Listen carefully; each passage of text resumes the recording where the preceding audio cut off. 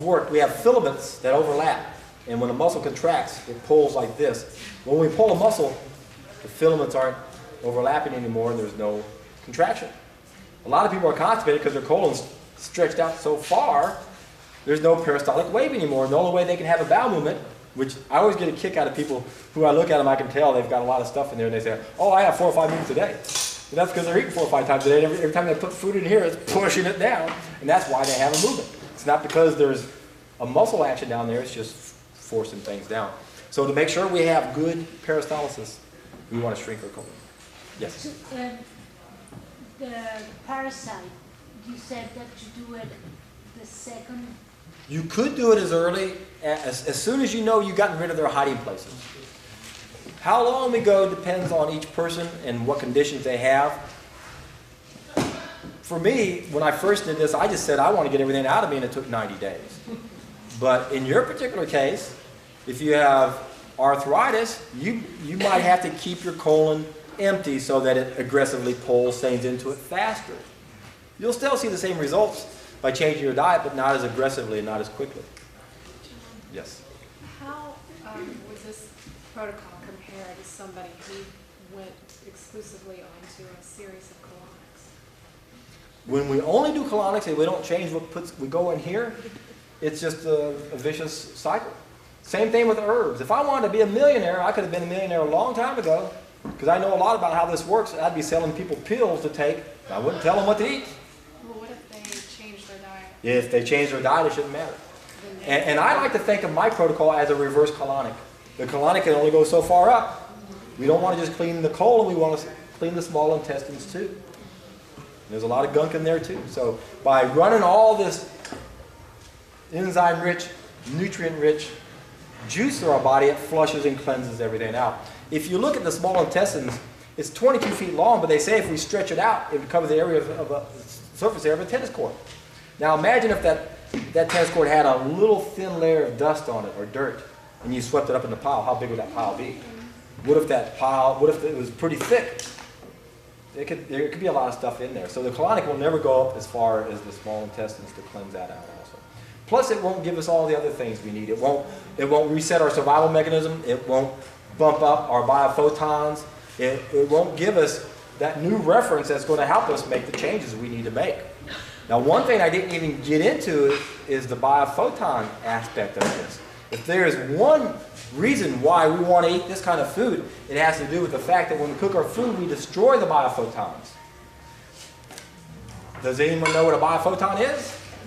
Measure of sunlight energy. It's sunlight energy, exactly. The sunlight that brings our planet to life is actually stored in the nucleus of our cells. Bio is life, photon is light. Dr. Pop has a meter and can measure biophotons in all living systems that have a nucleus, which are eukaryotic cells like fungus and plants and animals. And he found the sicker you are, the less of these biophotons you have. And the more of these biophotons you have, the more vibrant you are. And he found that when we're born, we got about 43,000 biophotons. A junk food eater may only have 1,000. An organic vegan, maybe 23,000. A raw organic vegan's around 83,000.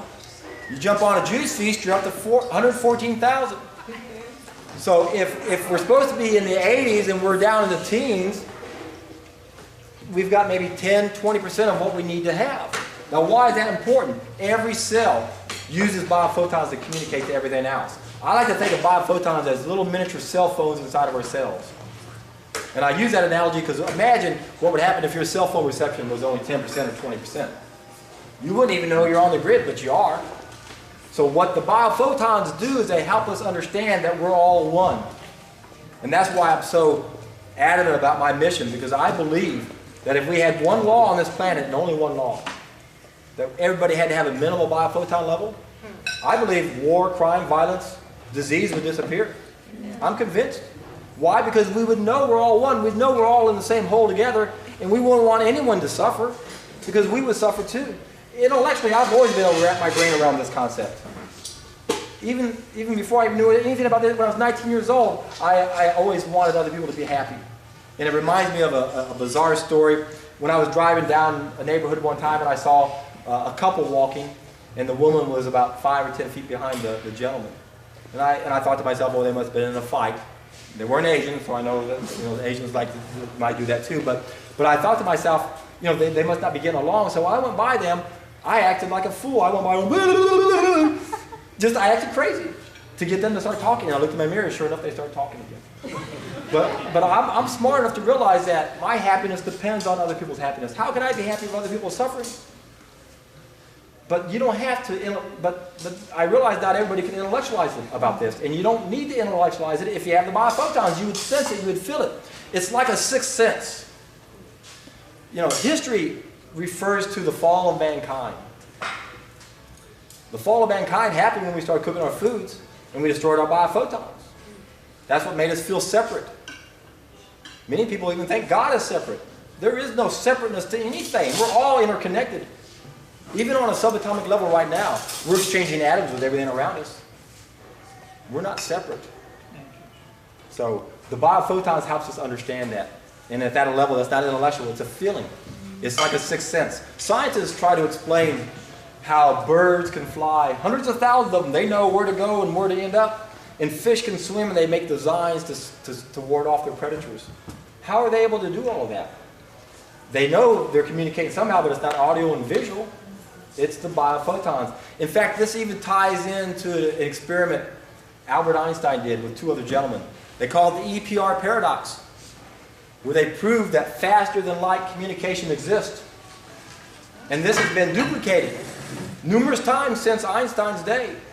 You can take a subatomic particle, and we know that when we observe a particle, we influence it. That's what quantum physicists are saying now. We live in a world that responds to our thoughts. The Celestine Prophecy tried to help us understand that concept. And